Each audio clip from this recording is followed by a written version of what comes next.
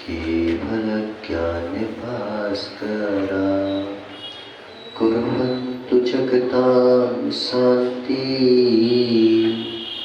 वृषभाद्याजिनेश्वरा एनात्मा बोध्यात्मेव परत्वेव चापरम् अक्षय अनन्तबोधाय तस्मै सकलात्मने नमः। नमो हरिहन्तारं नमो सिद्धारं नमो आयर्यारं नमो वज्रायारं नमो सकुशारं।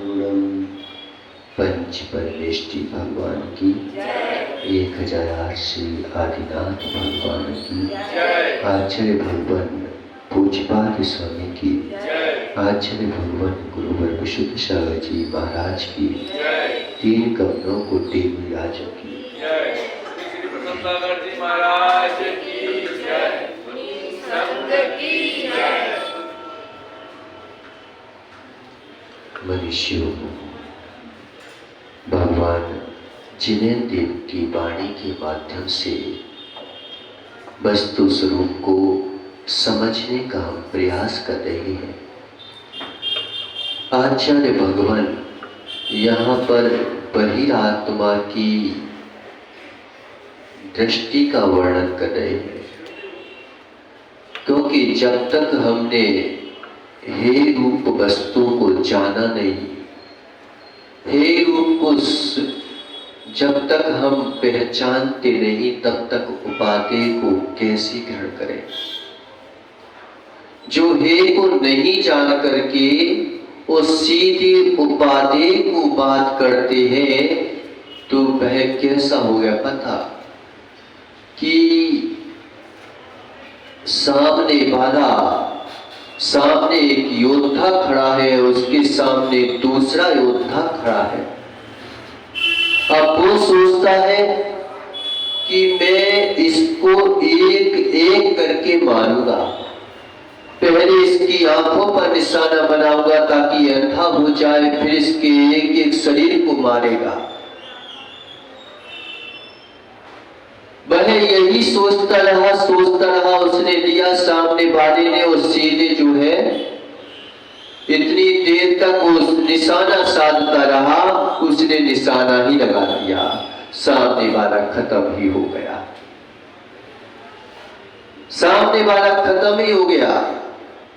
ऐसे ही जो एक को जाने बिना उपादेय को ग्रहण करना चाहता है, वह ना उपादेय को प्राप्त हो पाता है, ना हे को छोड़ पाता है।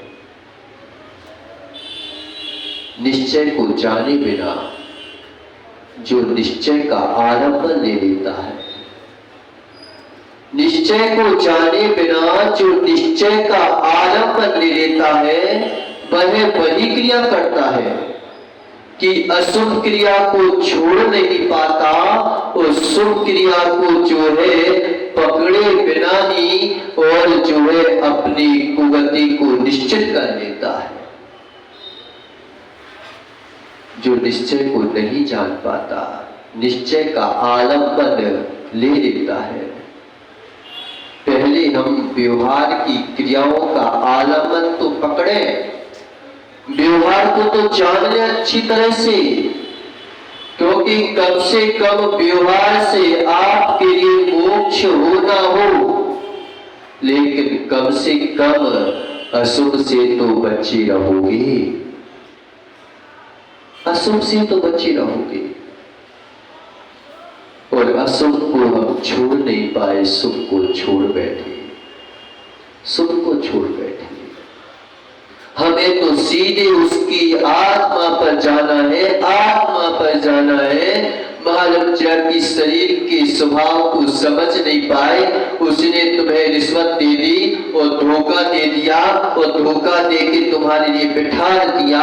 और मालूम चला, भारत के सैनिक होते ना, भारत का सैनिक होता है तो भारत के सैनिक को सब मालूम रहता है कि गुप्तचरों के माध्यम से वह सब मालूम कर लेता है कि ये बारूद कहाँ जा रहा है, किसी आतंकवादी के पास तो नहीं जा रहा है, आतंकवादी के पास तो नहीं जा रहा है, किसी ऐसे व्यक्ति के पास तो नहीं जा रहा है जिससे हमारा देश ही बर्बाद हो जाए। हर अगर ईमानदारी से ड्यूटी करे व्यक्ति, सीडीआई अपनी ईमानदारी से ड्यूटी करे, पुलिस अपनी ईमानदारी से ड्यूटी करे, डॉक्टर अपनी ईमानदारी से ड्यूटी करे, तो हर चीज आपके लिए संकेत कर देती है, उसे पता रहता है और वो जो है जहां जा रहा है वो बारूद पकड़ा जाता है। अगर ईमानदारी से गुप्तचर अपनी ईमानदारी से काम करे तो ऐसे ही आपके भावों की परिणति को आप जो है पकड़ सकते हो, बस ईमानदारी से जो है जानना देख लो, समझना सीख लो। ईमानदारी से आप जो है प्रायश्चित लेना सीख लो, ईमानदारी से जो है आप क्रियाओं को करना सीख लो। हर व्यक्ति हर जो है भाव आपके लिए संकेत दे देंगे कि हम जो है जिनवाड़ी का खिलवाड़ कर रहे हैं कि नहीं कर रहे, ये समझ आ जाता है। हमें हर संगति का पता चल जाता है कि हम इसकी संगति में बैठेंगे तो इसका संगति से हमारे ऊपर क्या असर पड़ेगा, व्यक्ति को पता चलता है। भारत के सैनिक को पता रहता है कि ये बारूद, गुप्तचर से पता चल जाता है कि ये बारूद कहां जाने वाला है। ऐसे आपकी गुप्त रूपी आत्मा हर चीज का संकेत कर देती है। लेकिन पता, गुप्तचर अगर आतंकवादी से मिल जाए तो क्या होगा? गुप्तचर अगर आतंकवादी से मिल जाए तो क्या होगा? मालूम चला कि हमारे देश को ही बर्बाद कर देगा, हमारे देश को ही तबाह कर देगा, हमारे जो है नागरिकों को संकट में डाल देगा। ऐसी आत्मा ही अगर जो है तुम्हारे विषय कसाय रूपी नागरिक से मिल जाए, आत्मा ही जो है तुम्हारे बहिरा तत्वों से मिल जाए, तो वही आत्मा तुम्हें जो है नरक निगोद में पटक देती है और मालूम चला कि तुम्हें संसार में भ्रमण करा देती है। तुम्हारी आत्मा जब विषय कसायों से मिल जाती है तो कोई और नहीं मिलता। पुद्गल को तो संवेदन ही नहीं है कि मेरा क्या संवेदन है, पता है क्या? क्यों? इस शरीर को पता है क्या मैं शरीर हूं? शरीर को तो ये भी नहीं पता कि मैं शरीर हूं। आत्मा को पता है कि ये शरीर है। आत्मा को पता है पुद्गल में संवेदन नाम की चीज ही नहीं है, कोई फल में स्वाद है ही नहीं है, कोई शक्कर में मीठापन नहीं है क्या मीठापन? शक्कर का मीठापन क्या शक्कर को पता है क्या मेरे में मीठापन है? शक्कर का मीठापन जो है शक्कर को नहीं पता, फलों का रस, फलों का कलर, फलों का स्वाद फलों को नहीं पता कि मेरे में है ये सब चीजें। ये तो मात्र जो है आत्मा को पता है, वो संवेदन लेता है, वो अपने आप में खाता है, वो स्वाद लेता है, जिस स्वाद का जहां पर असर होता है। पता, आपकी जीभ जो है हर जगह हर चीज का स्वाद नहीं आता। आपके हर जगह हर चीज का स्वाद नहीं आता। आपकी जीवों पर जहां जैसे तंतु होते हैं उस तंतु से उसका स्वाद पता चलता है। गौर किया कभी तुमने? अगर नमक का स्वाद अगर दूसरी तंतुओं पर चला जाए तो नमक का स्वाद नहीं आएगा। नमक का स्वाद आपके जो है तंतु बने हुए हैं, उन तंतुओं से ही नमक का स्वाद आता है। उन चीजों से ही उसी जगह आवृत आत्मा के आवरण का फर्क क्या पड़ गया। अगर आपको जो है आत्मा से स्वाद आने लगे तो अब तो पेट में चला गया, वो स्वाद कभी खत्म ही नहीं होगा, खत्म ही नहीं होगा। तो संवेदन भी आप जो है पर के माध्यम से आत्मा जो मिक्स हो जाती है उसका संवेदन उसी जगह पर दे पाती है जहां पर उसके तंतु है, तंतु है। हमें ईमानदारी की जरूरत है। दुकान खोलने मात्र से कोई दुकानदारी नहीं चल पाती। दुकान खोलने मात्र से नरेंद्र भैया, दुकान खोलने मात्र से क्या दुकानदारी चल जाएगी क्या? अब कोई खाली दुकानें खोली तुमने, बैठे हैं साहब तेजी भैया, अरे भाई दुकान खोली है तो उसमें पैसा लगाना पड़ेगा कि नहीं लगाना पड़ेगा? उसको पैसे भी लगाना पड़ेंगे। दुकान खोलने मात्र से दुकान नहीं चलती, ऐसे जिनवाणी के जानने मात्र से जो है जिनवाणी का पालन नहीं होता। जिनवाणी माँ के पास रहने मात्र से तुम जिनवाणी का आनंद नहीं ले पाओगे। उसके लिए चारित्र रूपी धन को लगाना पड़ेगा, श्रद्धा रूपी धन को लगाना पड़ेगा, ज्ञान रूपी धन को लगाना पड़ेगा। जब तक जो है आपने उसमें श्रद्धा ज्ञान चारित्र का धन नहीं लगाया, आप कभी भी दुकान खोले ना, एक पैसे का फायदा होगा क्या? करोड़ों वर्षों तक खोले रहो, दुकान खोल ली आपने, पैसा लगाया ही नहीं, पैसा लगाया ही नहीं तुमने, दुकान खोल ली, खंडन हो जाएगी एक दिन, लेकिन एक पैसा नहीं आएगा। क्यों? क्योंकि पैसा लगाया कहाँ तुमने? पैसा लगाओगे तो पैसा आएगा। ऐसे चारित्र से चारित्र में डालोगे तो जो है आपका चारित्र वर्धमान होगा। श्रद्धा से श्रद्धा को जोड़ोगे तब आपकी जो है श्रद्धा मजबूत होगी। श्रद्धा से श्रद्धा को जोड़ोगे, देव शास्त्रों से श्रद्धा को जोड़ोगे तब आपकी श्रद्धा मजबूत होगी, मजबूत होगी। मात्र आलंबन लेने मात्र से कोई वस्तु की प्राप्ति नहीं होती। जान लेने मात्र से किसी वस्तु की प्राप्ति नहीं होती। समझना अलग बात है और समझना अलग बात है। समझ अलग बनती है, समझना अलग बात है। दृढ़ आत्म बुद्धि देहा, तो क्या बोल रहे हैं यहां पर कि आत्म बुद्धि को दृढ़ कर दिया है। इतना इतना इतना दृढ़ कर दिया है, इतना दृढ़ कर लिया है कि हमें पता ही नहीं चलता कि मैं शरीर हूं कि मैं आत्मा हूं। शरीर की पुष्टि में ही हम जो है अपनी पुष्टि मान लेते हैं। शरीर के संचालन में ही अपने आप का संचालन मान लेते हैं। शरीर की क्रिया में ही हम अपनी क्रियाएं मान लेते हैं। थोड़ा सा अगर जो है शरीर थोड़ा सा गड़बड़ हो जाए तो मालूम है कि हम व्यवहार भगवान को भूल जाते हैं। अपने भगवान को क्यों नहीं भूलेगा व्यक्ति? मंदिर आना भूल जाता है। आज मंदिर नहीं जाना क्यों? क्योंकि बीमार पड़ा था मैं, कष्ट हो रहा था, पीड़ा हो रही थी,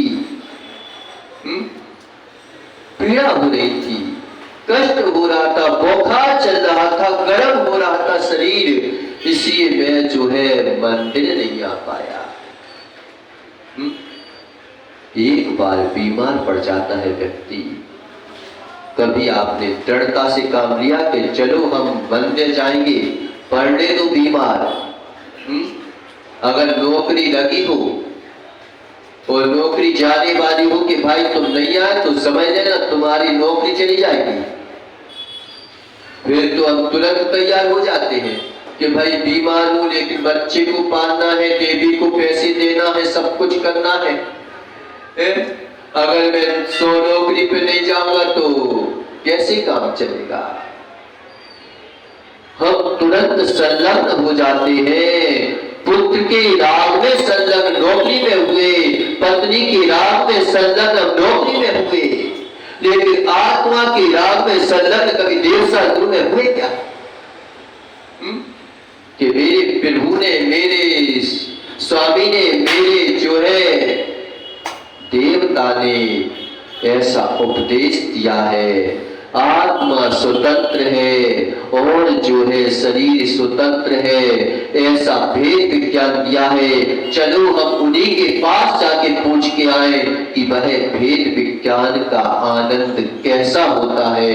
कभी पूछने गए जब बीमार पड़ते हो तो है? कभी पूछने गए भगवान के पास, कभी जिनवाणी लेके गए भगवान के पास, सुनने गए, माँ की गोद में आराम रहने के लिए गए उस समय कभी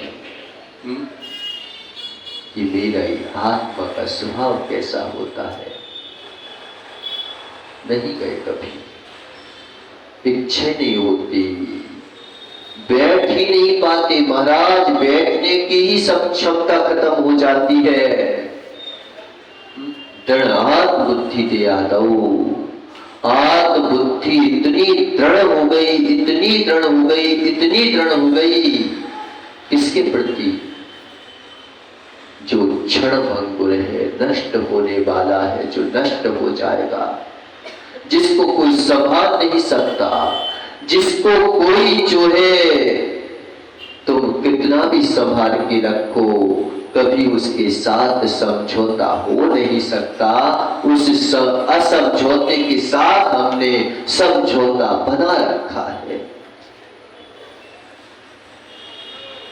एक मिनट कभी आपने ध्यान किया कि 1 घंटे पानी छोड़ने का प्रयास करें, तड़प रहे हैं, गले सूख रहे हैं, उस समय कम से कम 1 घंटा कि हम जो है 1 घंटे तक पानी नहीं पिएंगे। बात करते हो भेद विज्ञान की। भूख से तड़प रहा हूं, उस समय तुमने 1 घंटे के लिए प्रयास किया कि मैं 1 घंटे मात्र एक काम करूंगा कि मैं तो जो हूं अभक्ष्य नहीं खाऊंगा, चाहे कुछ हो जाए, मरेगा तो कौन मरेगा, शरीर मरेगा तो मर जाएगा, क्या टेंशन है। आत्मा तो कम से कम समाधि रूप में लीन हो जाएगी। कभी प्रयास किया कि मैं जो है आज 2 घंटे भोजन नहीं करूंगा। ये संस्कार काम आते हैं। जब श्रद्धा बढ़ती है, सम्यक दृष्टि जो है भले चाहे को धारण करे ना करे, लेकिन उसके अंदर में इतनी श्रद्धा तो हो जाती है, इतना विश्वास तो हो जाता है कि अभक्ष्य सेवन नहीं करूंगा, रात्रि भोजन नहीं करूंगा, इतना विश्वास उसे हो जाता है कि मैं जो है 24 घंटे जो है 24 घंटे में से कम 12 घंटे तो अपनी इंद्रियों को जीतने का प्रयास करूंगा। मैंने स्त्री सुख को नहीं जीत पाया, नहीं सही, मैंने पुत्र सुख को नहीं जीत पाया, नहीं सही, मैंने जो है अपने धन सुख को नहीं जीत पाया, नहीं सही, लेकिन कम से कम मैं जो है इंद्रिय सुख को जो है रात्रि भोजन को ही छोड़ दूं, इतना ही दृढ़ हो जाए व्यक्ति कि इतना तो विजय प्राप्त करे अपने ऊपर। तड़पने लगता है, 2 घंटे अगर पानी ना मिले प्यास लग रही है, गला सूख रहा है, उस समय कम से कम 2 घंटे तक कि एक बार पानी पी लिया, कम से कम 1 घंटे का त्याग कर दो कि 1 घंटे पानी नहीं पीऊंगा। पी लेना 1 घंटे बाद, और क्या होगा, लेकिन 1 घंटे का तो विजय प्राप्त करो। भोजन करना है ठीक है, कर लेना तो, लेकिन इतना तो करो कि कम से कम दिन में 2 या 3 बारी भोजन खाऊंगा। उस भोजन के जो है लालच में पड़ के अपनी आत्मा को गंवाऊंगा नहीं। इतना दृढ़ विश्वास कर सकते हो। दृढ़ आत्मबुद्धि देहातौ, किसमें आत्मबुद्धि को दृढ़ कर रखा है हमने, किसमें कर रखा है? दृढ़ कर रखा है। जहां डर है, डर के स्थान पर हम निडर बैठे हैं, और निडर के स्थान पर हम डर रहे हैं। बड़ी आश्चर्य बात है कि जहां मृत्यु निश्चित है, उस मृत्यु में जानबूझ के जा रहे हैं और डर रहे हैं, और जहां आदमी निडर बना रहता है, उस ओर हम ध्यान भी नहीं दे पा रहे। डर किस बात का है, किस बात का डर है? जहां डर है वहां डर रहेगा ही सही। 3 काल में जो है निडर हो नहीं सकता व्यक्ति, चाहे यहां तक कि भगवान भी आ जाए, वहां पर जहां डर है वहां